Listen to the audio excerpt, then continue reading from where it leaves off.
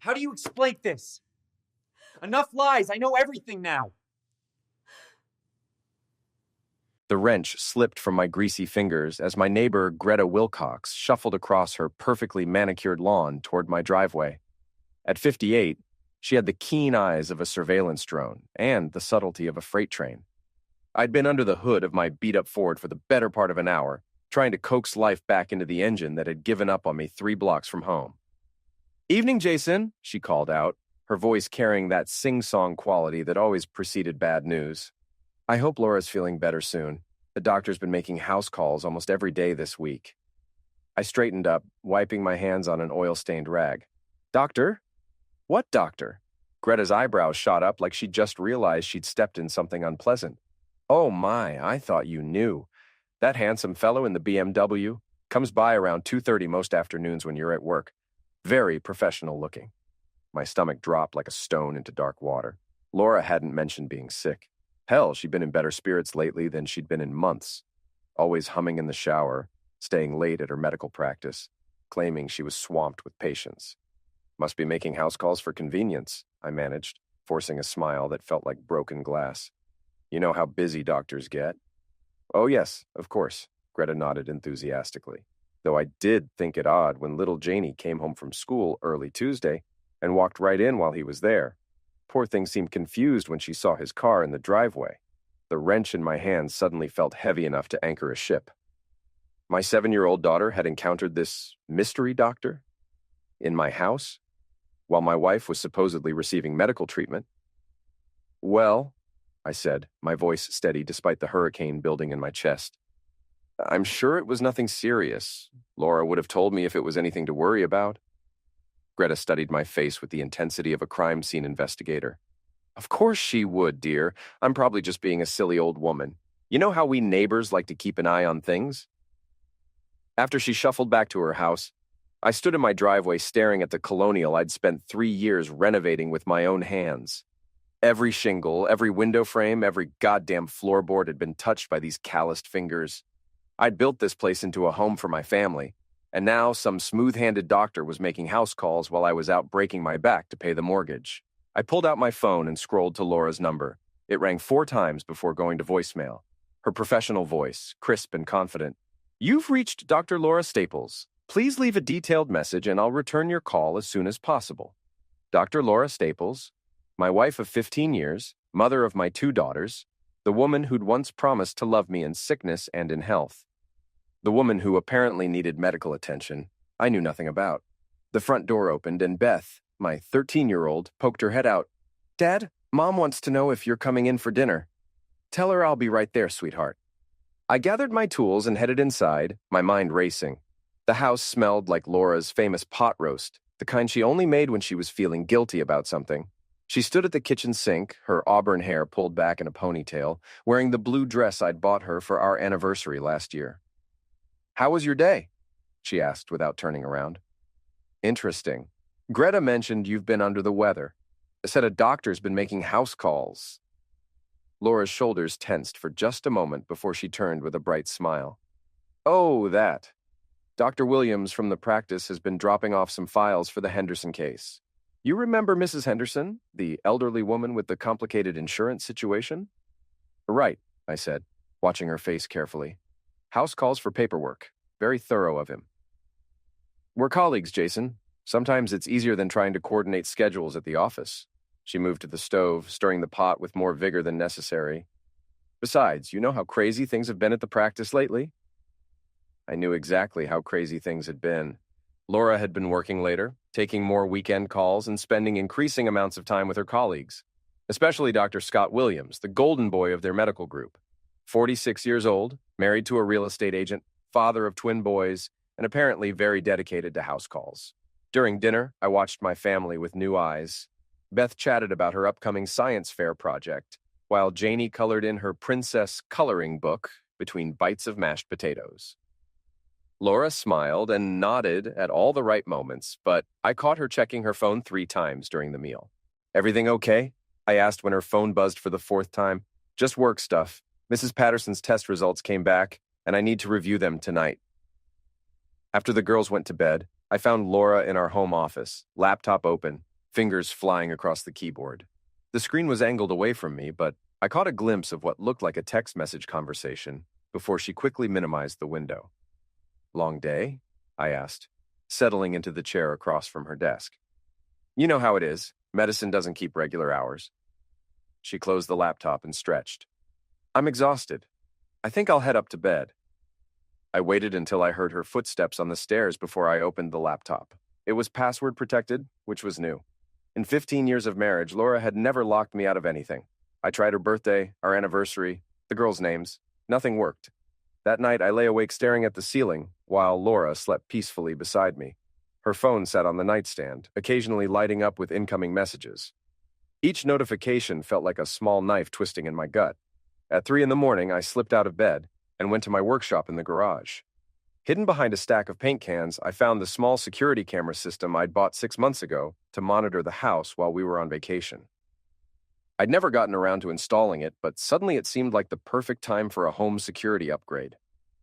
The next morning, while Laura was at her Saturday morning yoga class and the girls were at their grandmother's house, I installed 3 small cameras, one in the living room with a view of the front door, one in the kitchen, and one in the hallway that captured anyone coming or going from the bedrooms. They were virtually invisible, tucked into corners and disguised as smoke detectors. By the time Laura returned home, flushed and cheerful from her workout, I was back under the hood of my truck, playing the part of the oblivious husband. "Any luck with the engine?" she asked, kissing my cheek. "Getting there. Might need to order a new alternator." "Well, don't work too hard. I was thinking we could take the girls to that new restaurant tonight." "Sounds perfect," I said, meaning it. Maybe I was wrong. Maybe Greta had misunderstood what she'd seen. Maybe Dr. Williams really was just dropping off paperwork. But as Laura walked back into the house, I noticed she was checking her phone again, and her yoga mat looked suspiciously dry for someone who just spent an hour in a heated studio. Monday morning arrived with the subtle promise of answers. I kissed Laura goodbye as she left for the practice, then drove the girls to school before heading to my current job site. But instead of losing myself in the familiar rhythm of hammer and nails, I found myself checking my phone every few minutes, waiting for the motion alerts from my newly installed security system. At 2:47 p.m., my phone buzzed. Motion detected in the living room. My hands shook as I opened the app and watched a silver BMW pull into my driveway. A tall man in a dark suit emerged from the driver's seat, straightened his tie, and walked to my front door with the confidence of someone who belonged there. Dr. Scott Williams. I recognized him from the practice's website and the few social gatherings Laura had dragged me to over the years. Handsome in that effortless way that came from good genetics and expensive grooming. The kind of man who'd never had grease under his fingernails or worried about making a mortgage payment. The front door opened before he could knock. Laura appeared in the frame, and even through the grainy camera footage, I could see her face light up in a way it hadn't for me in years. She was wearing the red dress I'd never seen before, the one that hugged her figure and made her look 10 years younger. They disappeared from view, moving deeper into the house. I switched to the kitchen camera and watched them talking in hushed, intimate tones. Laura poured 2 glasses of wine from the bottle we'd been saving for our anniversary. Williams leaned against the counter with casual familiarity, like he'd done this 100 times before. At 3:15, they moved toward the hallway. The camera caught them walking hand in hand toward our bedroom. My bedroom. The room where I'd held my newborn daughters, where I'd comforted Laura through her mother's end, where we'd made love on lazy Sunday mornings when the world was still full of possibilities. I closed the app and sat in my truck, staring at the half-framed house in front of me. My crew was waiting for instructions, but I couldn't form words. The betrayal felt like a physical weight crushing my chest, making it hard to breathe. At 4:30, another motion alert. I watched Williams emerge from the house, adjusting his suit jacket and checking his watch. Laura followed him to the door, straightening her dress and running her fingers through her disheveled hair. They kissed goodbye like lovers who'd been together for years, not colleagues discussing patient files. The BMW disappeared down the street just as the school bus rounded the corner, bringing my daughters home to a house that would never feel the same again. That evening, I sat across from Laura at the dinner table, watching her smile and laugh with our daughters as if she hadn't spent the afternoon in bed with another man. The pot roast tasted like sawdust, and every casual comment about her day felt like another lie piling onto an already crushing weight. "How was work today?" I asked, my voice carefully neutral. Busy as always. We had that quarterly review meeting that ran way too long. She didn't even blink as the lie rolled off her tongue. Dr. Williams presented the Henderson case findings very thorough. I'm sure he was. After dinner, I helped Beth with her algebra homework while Laura gave Janie a bath. Normal family activities that now felt like an elaborate performance. When both girls were finally asleep, I found Laura in the living room curled up on the couch with a medical journal. I need to run to the hardware store, I said. We're out of wood screws for the Morrison job. At 9 o'clock at night? They're open until 10. I want to get an early start tomorrow. She nodded without looking up from her journal. Drive safely. Instead of the hardware store, I drove to Mike's boxing gym on the south side of town. Mike Torino had been my best friend since high school, back when we were both stupid enough to think we could make money getting punched in the face. Now he ran a gym that attracted everyone from suburban housewives looking to lose weight to ex-cons trying to stay out of trouble. I found him in his office, a cramped room above the gym floor that smelled like sweat and old leather. He looked up from a stack of invoices when I knocked. Jay, what brings you here this late? Need to hit something, I said. Hard. Mike studied my face with the practiced eye of someone who'd seen plenty of men at their breaking point. Grab some gloves, I'll hold the heavy bag. For 30 minutes, I pounded the bag with everything I had. Each punch was fueled by the image of Williams walking into my house, of Laura's face lighting up when she saw him, of their hands intertwined as they walked toward my bedroom. By the time I was finished, my knuckles were raw and my shirt was soaked with sweat. Feel better? Mike asked. Not even close. He tossed me a towel and sat on a nearby bench. You want to talk about it? I told him everything.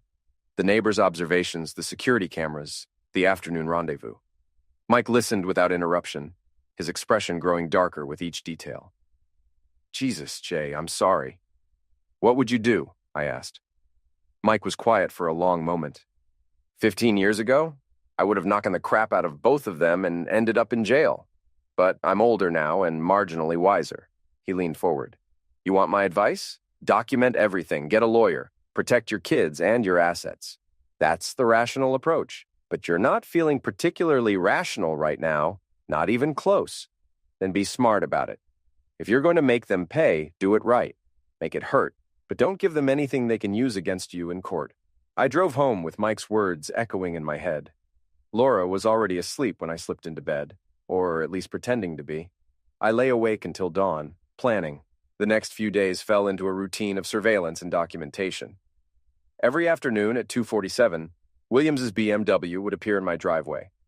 Every afternoon, I would watch through the security cameras as my wife welcomed her lover into our home.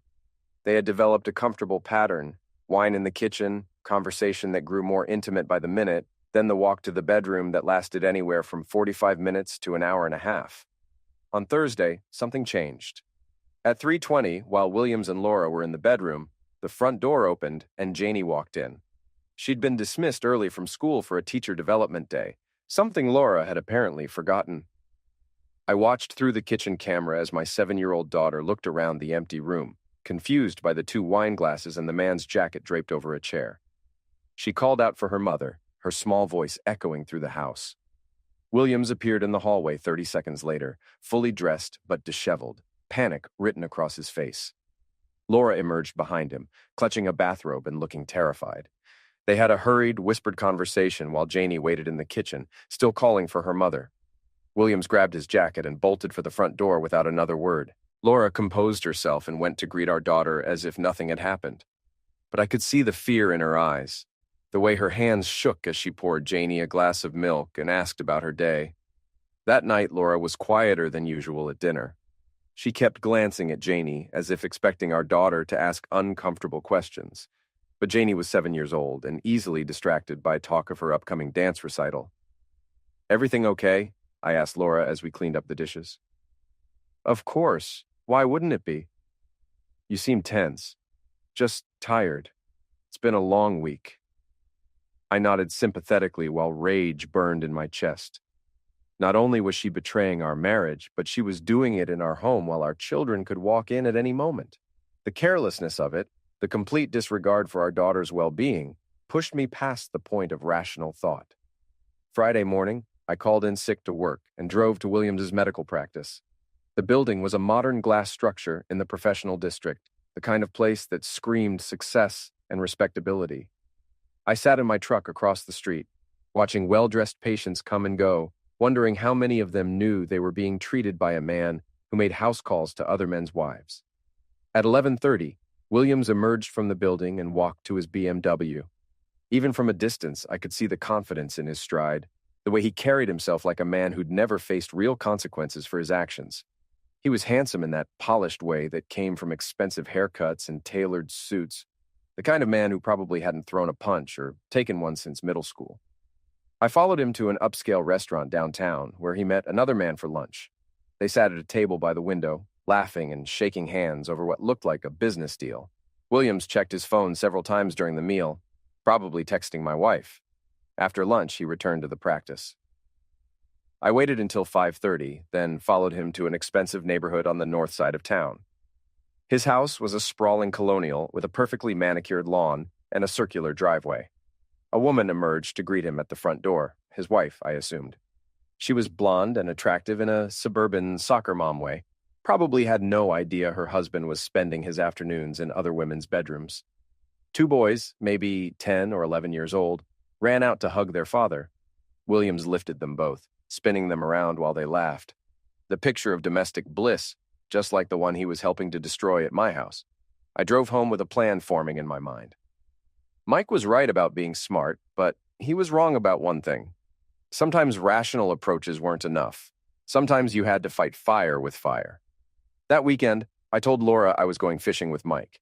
Instead, I drove to an electronics store in the next town over and bought a small digital recorder and a GPS tracking device. Both purchases were made with cash, no paper trail. Sunday night, while Laura was giving the girls their baths, I slipped out to the garage and attached the GPS tracker to the undercarriage of her car.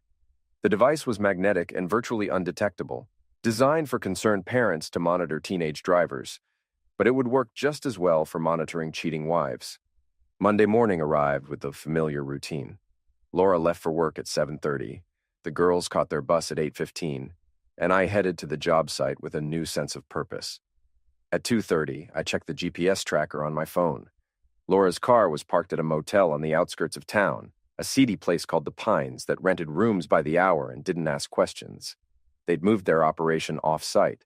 Probably spooked by Janie's unexpected arrival, they'd decided my house was too risky.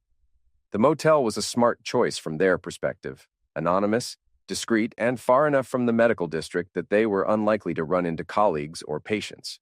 But it was also a tactical error. At home, they had the illusion of respectability, the cover story of professional consultations. At the Pines Motel, there was no hiding what they were really doing. I drove to the motel and parked across the street behind an abandoned gas station. Through binoculars, I could see Williams's BMW parked outside room 237. The curtains were drawn, but I didn't need to see inside to know what was happening. They emerged 2 hours later, Williams first, then Laura 5 minutes behind him. Even from a distance, I could see the satisfied expressions on their faces, the casual closeness of two people who'd just spent the afternoon exploring each other's bodies. Williams drove away without looking back.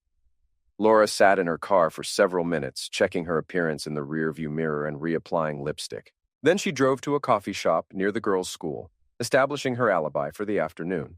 That evening, she came home with coffee on her breath and a story about meeting with a pharmaceutical representative who'd kept her waiting for 2 hours. Another lie, delivered with the same casual confidence as all the others. "How was your day?" she asked, kissing my cheek. "Productive," I said. "Very productive." Tuesday morning, I made my first move. While Laura was in the shower, I used her laptop to print out bank statements and credit card bills from the past 6 months. The password protection had been easy enough to bypass. She'd written it on a sticky note hidden under her desk blotter. For a smart woman, she was remarkably careless about operational security. The financial records told an interesting story. Lunch charges at expensive restaurants on days when she'd claimed to be too busy to eat. Hotel charges in the next town over during a weekend when she'd supposedly been at a medical conference. Purchases at Victoria's secret and expensive lingerie boutiques, none of which had made their way into our bedroom. But the most damning evidence was a charge for $200 at a jewelry store downtown, dated just 2 weeks ago. Laura hadn't given me any jewelry recently, and her birthday wasn't for another 3 months. Someone was receiving gifts, but it wasn't her husband. I photographed everything with my phone, then carefully returned the papers to her desk. When Laura emerged from the bathroom, wrapped in a towel and humming softly, I was sitting on the bed tying my work boots. "You're up early," she said. "Big day ahead. The Morrison job is behind schedule." She nodded and moved to her closet, selecting a dress I'd never seen before. Black, form-fitting, expensive-looking, not the kind of thing she typically wore to examine patients. "Will you be home for dinner?" she asked. "Should be, unless something comes up." Something always seems to come up lately. I looked at her carefully. What's that supposed to mean? Nothing, just an observation. She applied lipstick in the mirror, avoiding my eyes. "You've been working a lot of late nights recently." The irony was breathtaking. She was actually trying to make me feel guilty for working while she spent her afternoons in motel rooms with another man. "Bills don't pay themselves," I said. "I know, I just miss spending time together." I stood and walked to the door, then turned back. "Maybe we should plan something special, a romantic weekend getaway, just the two of us." Her face went pale. "That sounds wonderful, but you know how busy things are at the practice right now. I'm sure Dr. Williams could cover for you." She fumbled with her lipstick, nearly dropping it. "What made you mention Scott specifically?" "Just a thought. He seems like the dedicated type." Laura's hands were visibly shaking now. "Yes, he's very dedicated." I left for work with a grim satisfaction. The first crack had appeared in her composure. Now it was time to apply more pressure. At lunch, I drove to the Pines Motel and had a conversation with the desk clerk, a tired-looking woman in her 50s who'd clearly seen everything and been surprised by none of it. "I'm looking for information about my wife," I said, sliding a $50 bill across the counter along with a photo of Laura. "She's been meeting someone here." The woman studied the photo, then looked at me with something approaching sympathy. "Room 237, usually checks in around 3, stays for 2 hours, pays cash." "How long has this been going on?"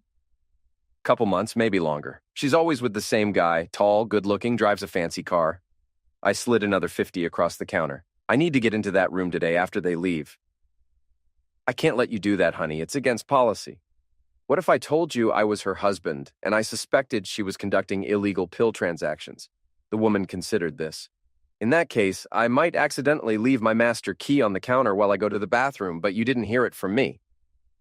At 2:45, I watched from my hiding spot as Williams and Laura arrived separately and entered room 237.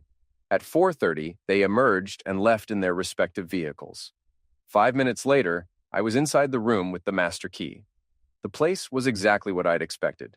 Cheap furniture, thin walls, and the lingering smell of industrial disinfectant trying to mask more unpleasant odors.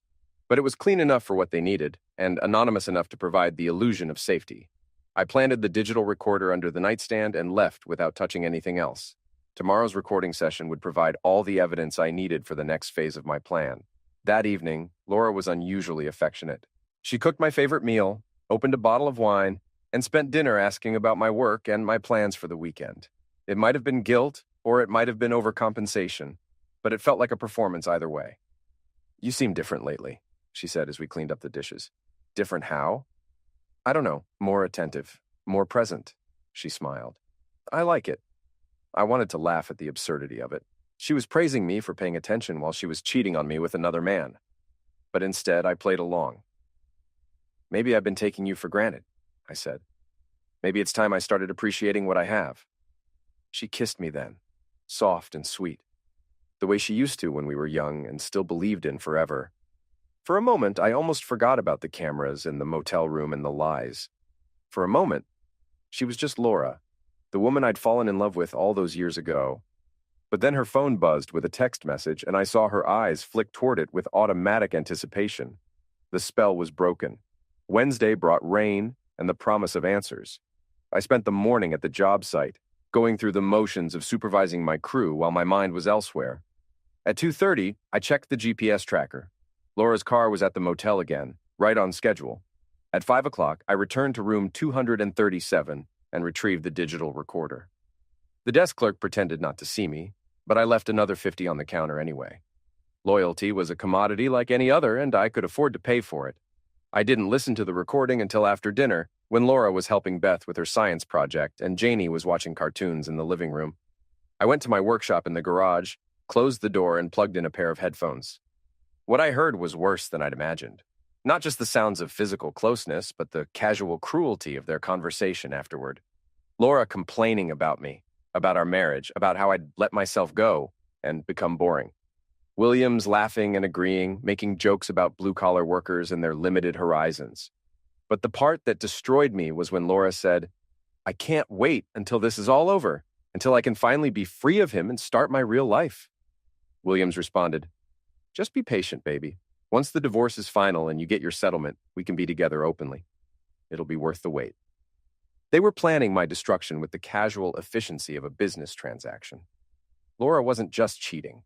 She was strategically positioning herself for a divorce that would leave me financially ruined and separated from my daughters.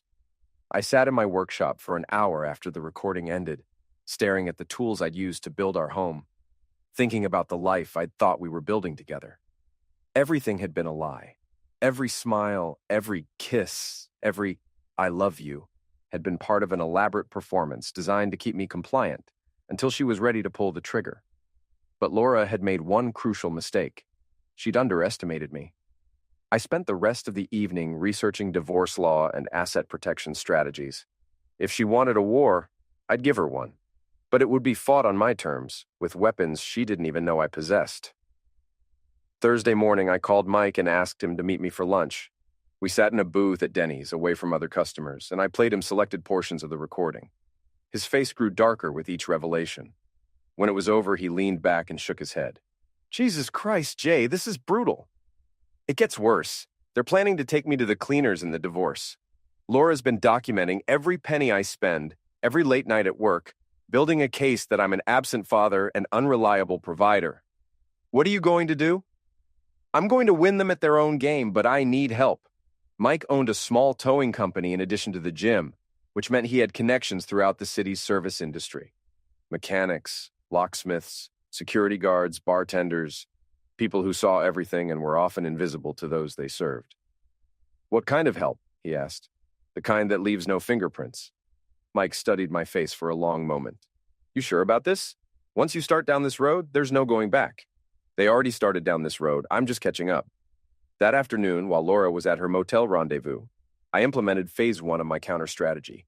Using information Mike had provided, I visited 3 key locations: Williams' medical practice, his favorite lunch restaurant, and the parking garage where he kept his BMW during evening social events.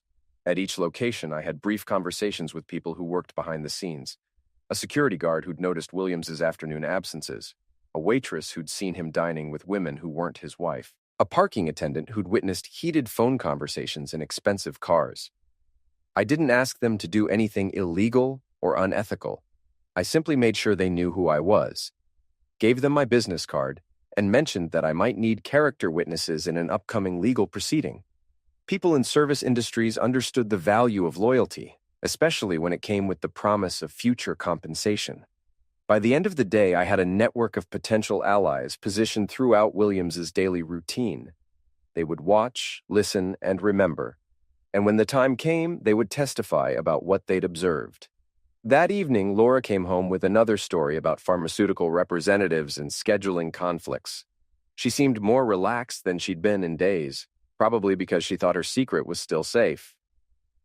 "How was your day?" she asked. "Educational," I said.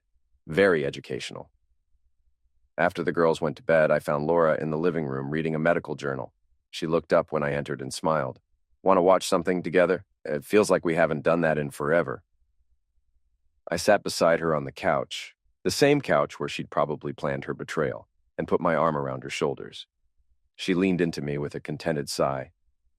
"This is nice," she murmured. "It is," I agreed. "We should do it more often." "Maybe we should plan that romantic getaway you mentioned. I could probably clear my schedule for a long weekend." I looked down at her, this woman who'd shared my bed for 15 years, who'd given birth to my children, who was now planning to destroy my life for another man. "That sounds perfect," I said. "I'll start making arrangements." She smiled and squeezed my hand. "I love you, Jason." "I love you too," I replied, meaning it in a way she could never understand. I loved the woman she used to be, the woman I'd thought she still was, But that woman was gone, replaced by a stranger who wore her face and spoke with her voice. The war had begun, but Laura didn't know it yet. She was still playing by the old rules, the ones that assumed I was too trusting and too stupid to see what was happening in my own life. She was about to learn how wrong she'd been. Friday morning brought an unexpected opportunity. Laura announced over breakfast that she would be working late, covering for a colleague who'd called in sick. It was a lie, of course. I'd already checked the GPS tracker and knew she was planning another afternoon at the Pines Motel. But it gave me the perfect excuse to implement the next phase of my plan. "That's too bad," I said, buttering my toast with practiced nonchalance. "I was hoping we could spend some time together tonight." "Rain check," she said, kissing my forehead. "This weekend, I promise." After she left for work and the girls caught their bus, I made a series of phone calls. The first was to my lawyer, Tom Bradley, a sharp-eyed man in his 60s who'd handled the legal work when I started my construction business. "Tom, I need to discuss a sensitive matter. Can you see me today?" "How sensitive are we talking, Jason?" "Divorce sensitive with complications." There was a pause. "Come in at 10 and bring whatever documentation you have." The second call was to my accountant, a meticulous woman named Patricia who'd been handling my books for 5 years. I scheduled an emergency meeting for that afternoon to discuss asset protection strategies. The third call was to Mike. "It's time to expand the network," I told him. "I need eyes and ears in places where Williams and Laura feel safe." "What did you have in mind?" "Laura's been getting her hair done at that expensive salon downtown, the one where all the doctors' wives go to gossip. I'm betting the stylists hear everything." "I know someone who works there, Carla Martinez. She's been cutting hair for 20 years and has 3 kids to support. She might be willing to listen for the right price." Set up a meeting. By noon, I had appointments scheduled with my lawyer, my accountant, and Carla Martinez. I also had a plan that would either save my marriage or end it on my terms. The meeting with Tom Bradley was enlightening and depressing in equal measure. He listened to the recording from the motel room, reviewed the financial documents I'd gathered, and shook his head grimly. "She's been planning this for months, maybe longer," he said. "The paper trail suggests she's been positioning assets and documenting your behavior to support a case for primary custody and significant alimony. What are my options? Legally, you file first, which gives you some tactical advantages. You present evidence of her infidelity, which affects asset division in this state. You document her deception and manipulation, which impacts custody arrangements. And illegally," Tom raised an eyebrow. "I didn't hear that question, and you didn't ask it." "Hypothetically, then." "Hypothetically, the best revenge is living well. Hypothetically, destroying someone's reputation and professional standing is more effective than physical violence. Hypothetically, the court of public opinion can be harsher than any legal judgment." I left Tom's office with a clear understanding of my legal position and a growing appreciation for the power of strategic information warfare. The meeting with Patricia was equally productive. She outlined several methods for protecting my business assets and ensuring that Laura couldn't claim ownership of property I had acquired before our marriage. She also identified several financial vulnerabilities that Laura had created through her careless spending on her affair. "The good news is that your business is structured as a sole proprietorship with clear documentation of premarital assets," Patricia explained. "The bad news is that she's been using joint credit cards to fund her extracurricular activities, which makes you legally responsible for those debts." "How much are we talking about?" "Based on these statements, about $15,000 in the past 6 months. Hotels, restaurants, gifts, lingerie. She's been living like a single woman on a married woman's budget." The meeting with Carla Martinez took place at a coffee shop near her salon. She was a small, fierce woman with intelligent eyes and calloused hands that spoke of long hours and hard work. "Mike says you need information about someone who comes to our salon," she said without preamble. "Dr. Laura Staples. Auburn hair, usually comes in on Thursday afternoons." Carla nodded. "I know her. Talks a lot when she's in the chair, always bragging about her new boyfriend, how much better he is than her husband." My stomach clenched, but I kept my expression neutral. "What kind of things does she say?" "Last week she was showing off some expensive earrings he bought her. Said her husband was too cheap and boring to buy her nice things. She also mentioned something about a divorce lawyer." "She's consulted a divorce attorney?" "That's what she said. Some hotshot downtown who specializes in taking men to the cleaners." Carla leaned forward. "Look, I don't usually get involved in other people's business, but I've got a son about your age. If some woman was planning to destroy his life, I'd want him to know about it." I slid an envelope across the table. "There's $500 in there, with another $500 if you can find out the name of her attorney." Carla pocketed the envelope without looking inside. "I'll see what I can do." That afternoon, while Laura was at the motel with Williams, I drove to Beth's school for her parent-teacher conference. It was something Laura usually handled, but I'd volunteered to take this one, claiming a rare break in my work schedule. Mrs. Henderson, Beth's 7th-grade teacher, was a kind woman in her 50s who'd been teaching for 30 years. She spoke glowingly about Beth's academic performance and her maturity, but I detected a note of concern in her voice. "Is everything okay at home?" she asked. "Beth seems a little distracted lately, more anxious than usual." "What kind of anxiety?" "She's been asking a lot of questions about divorce, whether kids get to choose which parent they live with, what happens to families when parents split up. I wondered if she'd been exposed to something that might have triggered these concerns." My heart sank. Beth was 13, old enough to pick up on tension between her parents, old enough to worry about what it might mean for her future. "We've been going through a rough patch," I admitted. I didn't realize she'd noticed. "Kids notice everything, Mr. Fairburn. They just don't always know how to process what they're seeing." I drove home with a new sense of urgency. This wasn't just about Laura and me anymore. Our daughters were already being affected by the destruction of our marriage, even though they didn't fully understand what was happening. That evening, Laura came home with another elaborate excuse about her late night at the office. She seemed tired and distracted, probably from her afternoon activities rather than any medical emergencies. "How was the parent-teacher conference?" she asked. "Fine. Mrs. Henderson says Beth is doing well academically." "That's good. I was worried about her science grades." I watched her face carefully. "She did mention that Beth seems anxious lately, asking questions about divorce." Laura went very still. "Divorce? Why would she be thinking about that?" "Kids pick up on things. Maybe she's sensing some tension between us." "What kind of tension?" Laura's voice was carefully controlled, but I could see the panic in her eyes. "The usual stuff, work stress, financial pressure, the normal challenges of a long marriage." I shrugged. "Nothing we can't work through." Laura relaxed slightly. "Of course, every marriage goes through difficult periods." "Exactly. The important thing is that we're committed to making it work." She smiled and kissed my cheek.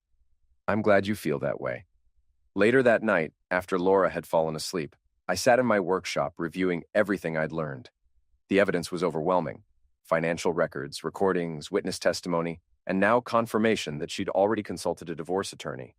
Laura wasn't just cheating, she was systematically preparing to destroy my life. But she'd made several crucial mistakes. She'd underestimated my intelligence, overestimated her own cleverness, and most importantly, she'd forgotten that I knew her better than anyone else in the world. I understood her weaknesses, her insecurities, and her fears.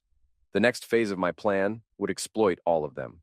Saturday morning, I told Laura I was going to spend the day working on the Morrison job. Instead, I drove to William's neighborhood and parked across the street from his house.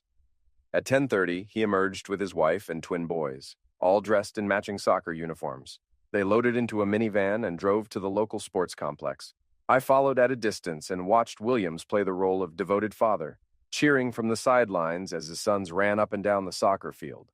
His wife sat beside him, occasionally leaning over to whisper something that made him laugh. They looked like the perfect American family, the kind featured in insurance commercials and suburban lifestyle magazines. But I knew what Williams did on weekday afternoons when his family thought he was saving lives and healing the sick. I knew about the motel rooms and the lies and the casual cruelty of his conversations with my wife. During halftime, Williams walked to the concession stand to buy drinks for his family. I intercepted him near the restroom facilities, away from other parents and children. "Dr. Williams," I said, stepping into his path. He looked confused for a moment, then recognition dawned. "Jason, right? Laura's husband. What a surprise to see you here." "I'm sure it is." I kept my voice friendly, conversational. "How's your practice going? I hear you've been making a lot of house calls lately." Williams's face went pale. "I'm sorry?" "House calls, personal consultations with patients who can't make it to the office. Very dedicated of you." "I think there might be some misunderstanding." "No misunderstanding at all. In fact, I have it on good authority that you're one of the most dedicated doctors in the city, always willing to go the extra mile for your patients." Williams glanced nervously toward the soccer field. where his wife was watching their sons play. "Look, Jason, I think we should have a conversation?" "Absolutely. But not here, not in front of your family. They look so happy, so trusting. It would be a shame to ruin their day with unpleasant business." I pulled out a business card and pressed it into his hand. "Call me Monday morning. We have a lot to discuss." I walked away without looking back, leaving William standing by the restrooms with my business card in his trembling hand and the weight of his secrets crushing down on his shoulders. The game ended with his son's team winning 3-2, but Williams barely seemed to notice. He went through the motions of congratulating the players and chatting with other parents, but I could see the fear in his eyes from across the parking lot. As they loaded back into their minivan, Williams's wife asked him something that made him shake his head and force a smile. He was already lying to her, already beginning the process of deception that would ultimately destroy his perfect family life. I drove home with a sense of satisfaction. The first shot had been fired, and Williams knew he was in my crosshairs. Now it was time to turn my attention to Laura and the network of lies she'd built around our marriage. The war was escalating, and I intended to win. Monday morning arrived with unseasonable warmth and the promise of decisive action. Williams called at exactly 9:15 a.m., his voice tight with barely controlled panic. "We need to meet," he said without preamble. "I was hoping you'd say that. Riverside Park, by the old boat launch. 1 hour. Jason, I want you to know that whatever you think is happening, save it for our face-to-face conversation, Doctor. 1 hour." I arrived at the park 30 minutes early and positioned myself at a picnic table with a clear view of all approaches. The location was public enough to prevent any accusations of threatening behavior, but isolated enough for a frank discussion without interruption. Williams arrived precisely on time, driving his BMW with the careful attention of a man who couldn't afford any additional complications in his life. He looked haggard, like he'd spent the weekend wrestling with his conscience and losing. "Thank you for meeting me," he said, sitting across from me at the picnic table. "Thank you for calling. It shows you're smarter than I gave you credit for." Williams fidgeted with his car keys, avoiding eye contact. "I want you to know that I never intended for things to go this far." "What things would those be, exactly?" "My relationship with Laura. It started innocently, just professional collaboration, but then..." He trailed off, apparently realizing that any explanation would only make things worse. I pulled out my phone and played a brief excerpt from the motel room recording. Williams' voice, clear and unmistakable, making jokes about blue-collar workers and their limited horizons. Williams went white as a sheet. "Where did you get that?" "Does it matter? The question is, what are we going to do about it?" "What do you want?" "I want you to understand the situation you've created. You're not just having an affair with my wife. You're actively participating in a plan to destroy my life and separate me from my children." Williams shook his head frantically. "That's not true. Laura never said anything about..." I played another excerpt from the recording, Laura's voice discussing divorce strategy and asset division with clinical detachment. "Jesus Christ," Williams whispered. "She's been planning this for months, maybe longer, using you as both emotional support and financial leverage. Did you really think she was going to leave her comfortable life for a relationship built on lies and betrayal?" Williams buried his face in his hands. "What do you want from me?" "I want you to end it. Today, no contact, no explanation, no dramatic goodbye scene, just disappear from her life completely." "And if I don't?" I leaned forward, making sure he could see the cold certainty in my eyes. "Then I destroy you. I send copies of these recordings to your wife, your colleagues, the medical board, and anyone else who might find them interesting. I make sure everyone in this city knows exactly what kind of man you really are." Williams was quiet for a long moment, staring at the water lapping against the boat launch. When he finally spoke, his voice was barely above a whisper. "You don't understand. It's not that simple. Laura, she's not going to just let this go." "What do you mean?" "She's obsessive, controlling. When she wants something, she doesn't stop until she gets it. If I try to end things, she'll make my life hell." I almost laughed at the irony. Williams was afraid of Laura, the same woman who'd been systematically betraying me for months. "That's your problem to solve, Doctor. But solve it you will, because the alternative is much worse than anything Laura might do to you." Williams nodded slowly. "How do I know you won't release those recordings anyway?" "You don't. But I'm a reasonable man, and I believe in proportional response.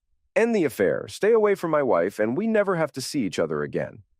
And if Laura contacts me, then you tell her the truth, that her husband knows everything and you're not willing to risk your career and family for a relationship that was doomed from the start." Williams stood up on unsteady legs. This is going to destroy her. She destroyed herself the moment she chose betrayal over honesty. I'm just making sure the consequences catch up with her. Williams walked back to his BMW like a man heading to his own execution. I watched him drive away, then sat by the water for another hour, planning my next moves. That afternoon, while Laura was presumably wondering why Williams hadn't shown up for their scheduled rendezvous, I received a call from Carla Martinez. "I got that information you wanted," she said. "Your wife's lawyer is Rebecca Morrison, downtown firm specializing in high-asset divorces. Word is she's ruthless and expensive." "How expensive?" $500 an hour, with a $50,000 retainer. Your wife paid it last month with a cashier's check. The news hit me like a physical blow. Laura had already paid $50,000 to a divorce attorney, money that had come from our joint savings account. She wasn't just planning to leave me. She was already well into the legal process. "There's more," Carla continued. "She was in the salon this morning, crying and carrying on about some man who'd broken her heart. Wouldn't give details, but she kept saying he was a coward and she'd trusted him with everything." Williams had followed through on his promise to end the affair. Laura was discovering that her carefully constructed plan was falling apart. "Thanks, Carla. There's a bonus in this for you." That evening, Laura came home 2 hours late with red-rimmed eyes and a story about a difficult patient who died despite her best efforts. It was a lie, of course, but delivered with such genuine emotion that I almost felt sorry for her. "Rough day?" I asked. "The worst. Sometimes I wonder why I became a doctor if I can't save the people who need it most." She was talking about Williams, not any patient. Her lover had abandoned her, and she was processing the betrayal in the only way she knew how, by creating an elaborate fiction that cast her as the sufferer. "Want to talk about it?" "Not really. I just want to take a bath and go to bed." I watched her climb the stairs with slumped shoulders and defeated posture. Part of me wanted to comfort her, to hold her while she cried and tell her everything would be okay. But that impulse was overwhelmed by the memory of her voice on the recording, casually discussing my destruction like a business transaction. Tuesday brought confirmation that Williams was keeping his word. The GPS tracker showed Laura driving to the Pines Motel, waiting in the parking lot for 30 minutes, then driving to a bar across town where she spent 2 hours drinking alone. Wednesday, she drove to Williams' medical practice and sat in the parking lot for an hour, probably hoping to catch a glimpse of him.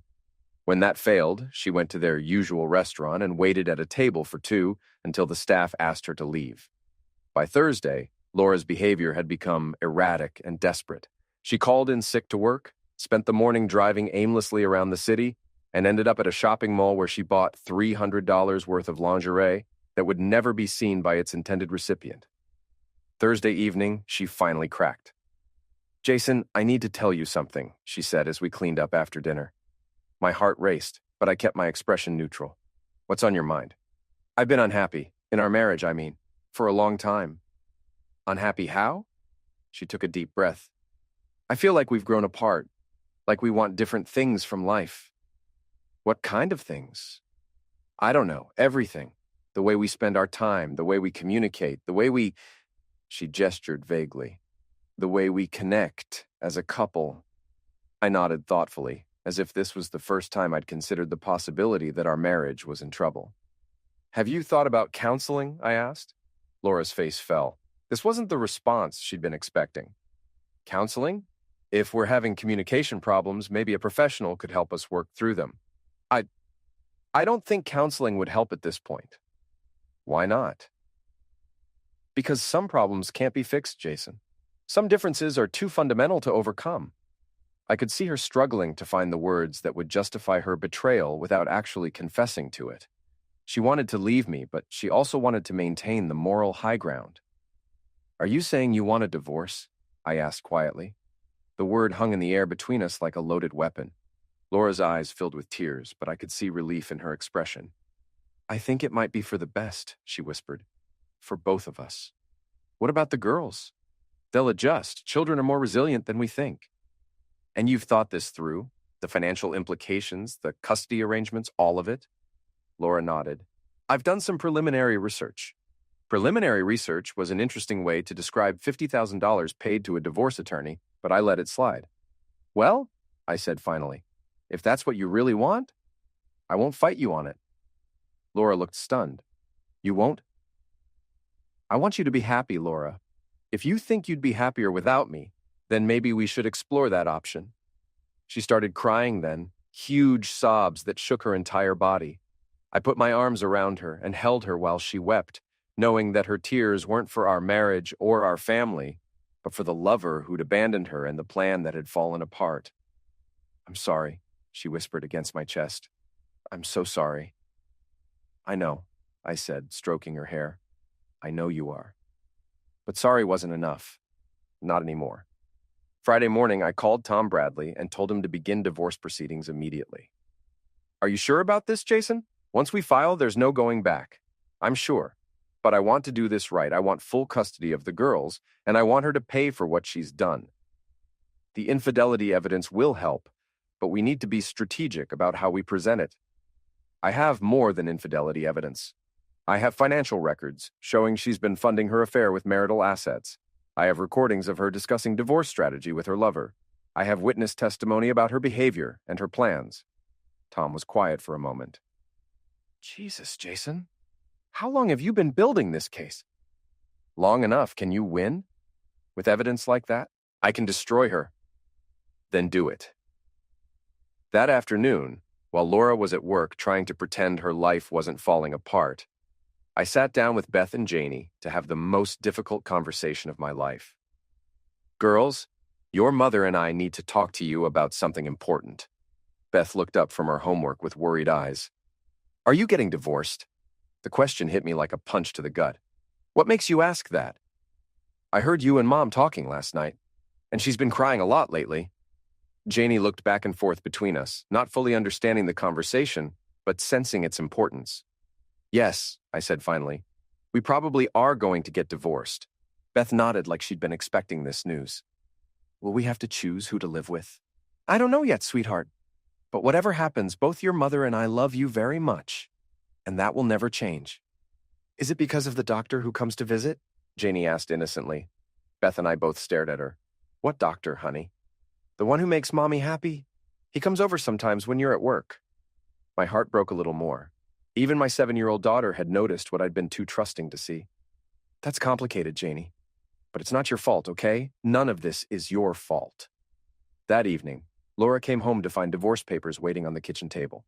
She stood in the doorway staring at them for a full minute before looking up at me. "You filed already?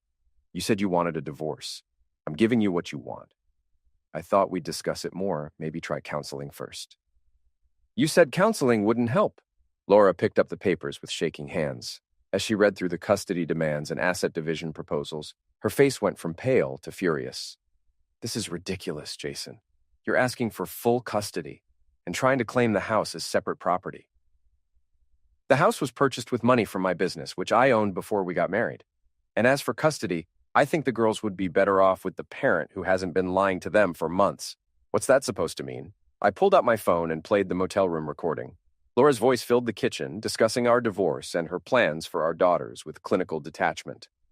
Laura sank into a chair as if her legs could no longer support her weight. "Where did you get this?"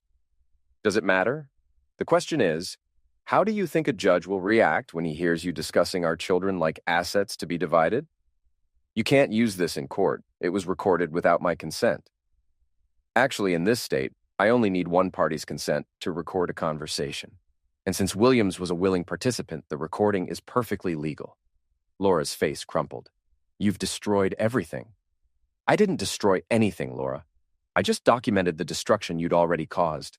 She looked up at me, with hatred in her eyes. "You think you've won, but this isn't over. I'll fight you for every penny, every minute with the girls. Go ahead. But remember, I have recordings of you and Williams discussing how to manipulate the custody evaluation. I have financial records showing you've been stealing from our joint accounts to fund your affair. I have witnesses who will testify about your behavior and your plans." Laura stood up abruptly, knocking over her chair. "I need to call my lawyer. Rebecca Morrison? Good choice. Expensive, but effective. Of course, she'll need another retainer now that Williams isn't helping with your legal fees." Laura froze.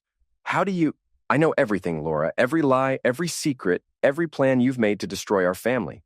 The only question now is how much more damage you want to cause before you accept the inevitable." She ran upstairs without another word, leaving me alone in the kitchen with the divorce papers and the wreckage of our marriage. But for the first time in months, I felt something approaching peace. The war was almost over, and I was going to win. The next 3 weeks passed in a blur of legal maneuvering and emotional devastation. Laura hired a second attorney to work alongside Rebecca Morrison, burning through money we didn't have in a desperate attempt to salvage her position. But every move she made only strengthened my case. She tried to claim I'd been abusive, but the recordings proved she'd never mentioned any misuse to Williams, even in their most intimate conversations. She tried to argue that I was an absent father, but Beth and Janie's school records showed I'd attended more parent-teacher conferences and school events than she had.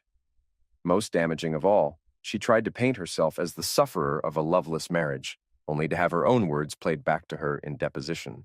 The recording of her laughing about my limited horizons and discussing her plans to finally be free destroyed any sympathy she might have garnered. Williams, meanwhile, had completely disappeared from the picture. His wife had filed for divorce after learning about the affair, and he'd taken a leave of absence from his medical practice to deal with the fallout. The medical board was conducting an investigation into his professional conduct, and his reputation in the community was in ruins. But the most satisfying moment came during Laura's deposition, when my attorney played the full recording from the motel room. Laura sat in the conference room listening to herself discuss our daughters like pawns in a chess game, her face growing paler with each revelation. "Dr. Staples," my attorney said when the recording ended, "do you still maintain that you were acting in the best interests of your children?" Laura's attorney objected, but the damage was done.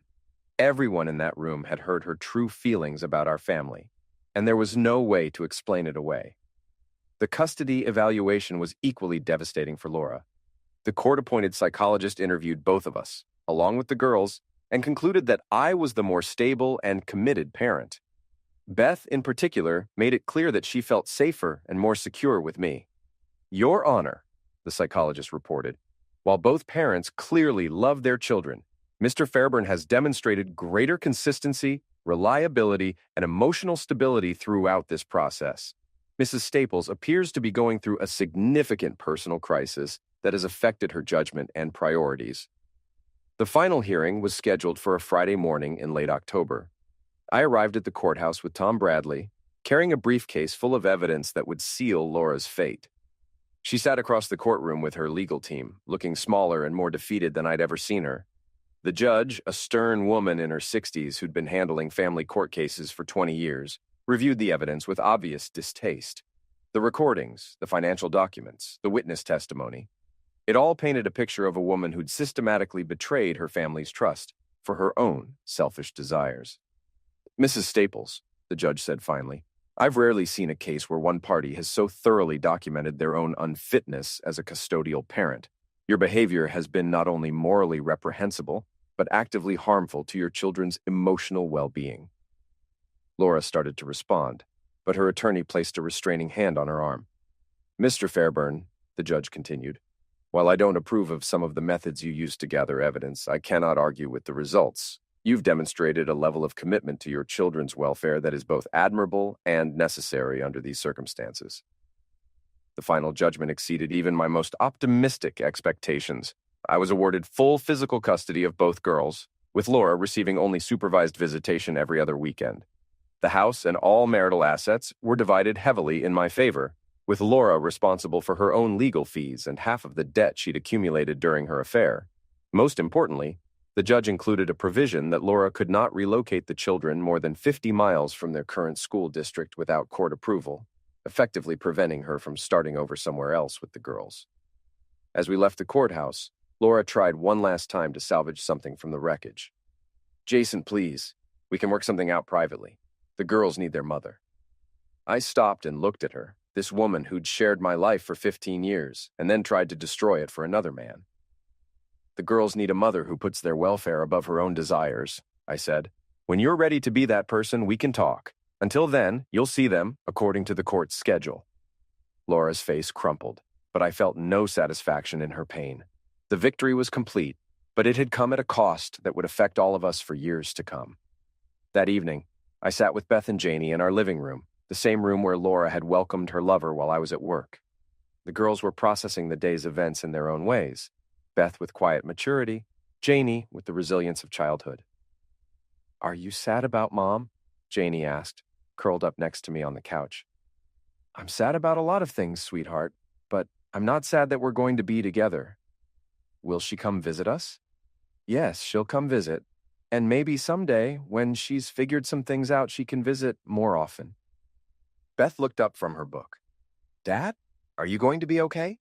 The question caught me off guard. In all the months of planning and fighting and strategic maneuvering, I'd never stopped to consider what would happen after I won. I think so, honey. It might take some time, but I think we're all going to be okay.